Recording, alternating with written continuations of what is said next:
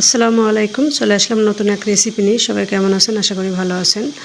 আজ কচু শাক রেসিপি নিয়ে আসলাম। কচু শাক চিংড়ি মাছ দিয়ে রান্না করব, সেই রেসিপি নিয়ে আসলাম। তাই প্রথমে কচু শাক ভালোভাবে ধুয়ে কুটে পরিষ্কার করে নিলাম। নিয়ে সামান্য লবণ দিয়ে সিদ্ধ করতে দিব।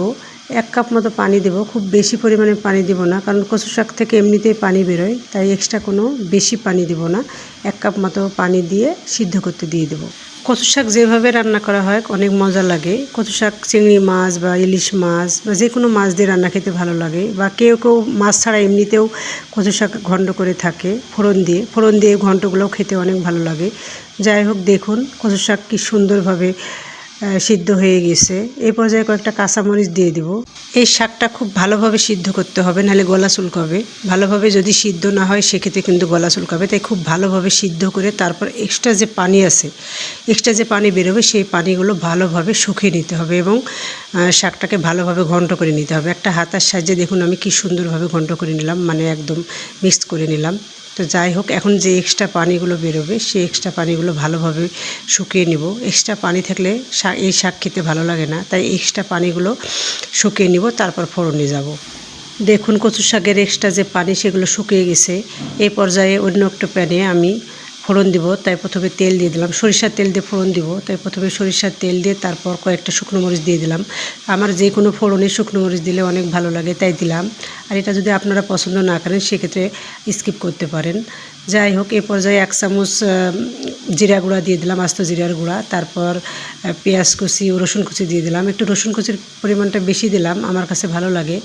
তারপর চিংড়ি মাছ দিয়ে দিলাম। দিয়ে পেঁয়াজ কুচি ও রসুনের সাথে ভালোভাবে ভেজে নেব। চিংড়ি মাছ ভাজা হলে এই পর্যায়ে সামান্য একটু হলুদ দেবো কালারের জন্য। এখানে হলুদ না দিলেও চলবে, তারপরেও আমি দিলাম, কারণ একটু কালারটা ভালো লাগলে ভালো লাগে। সামান্য একটু হলুদ দিয়ে দিলাম। দিয়ে ভালোভাবে চিংড়ি মাছটাকে ভেজে নেব। চিংড়ি মাছ ভাজা হয়ে গেছে। এই পর্যায়ে সিদ্ধ করে রাখা সেই শাকগুলো দিয়ে দেবো, কচু শাকগুলো দিয়ে ভালোভাবে মিক্স করে নেব চিংড়ি মাছ ও এই ফোড়নের সাথে। খুব সুন্দরভাবে করে নেব, মিক্স করে নেব। নিয়ে আবার জাল দেবো 5 মিনিট, কারণ ভালোভাবে আবার এক্সট্রা যে পানি আছে, পানি নেই তারপরেও আবার যতটুকু আছে ততটুকু করে শুকনো করে নেব। গ্রাম বলেন শহর বলেন, সবাই আমরা এই চিংড়ি মাছ দিয়ে এই কচু শাক বা ইলিশ মাছ দিয়ে কচু শাক খেতে আমরা অনেক পছন্দ করি। কচু শাক পছন্দ করে না এমন মানুষ খুব কমই আছে। আমরা কম বেশি সবাই কচু শাক রান্না অনেকটা পছন্দ করি। আমার কাছে তো অনেক ভালো লাগে। কচু শাক গতকাল এক চাষি এসে দিয়ে গেছে, খুব সুন্দর এই শাকগুলো। তাই ভাবলাম আজ চিংড়ি মাছ দিয়ে রান্না করলাম, তাই আপনাদের সাথে শেয়ার করি। দেখুন কি সুন্দর হয়েছে, লোভনীয় হয়েছে। গরম ভাতের সাথে কচু শাক রান্না খেতে অনেক ভালো লাগে। এই রেসিপিটা আপনাদের কাছে কেমন লাগলো অবশ্যই কমেন্টে জানাবেন, এবং সবাই আমাদের জন্য দোয়া করবেন এবং আমাদের পেজের পাশে থাকবেন।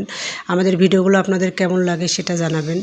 আর যদি বেশি ভালো লাগে তাহলে একটা শেয়ার দিয়ে দিবেন। ভালো থাকবেন সবাই। দেখা হবে পরের কোনো ভিডিওতে। সেই পর্যন্ত সবাই ভালো থাকবেন। আল্লাহ হাফিজ।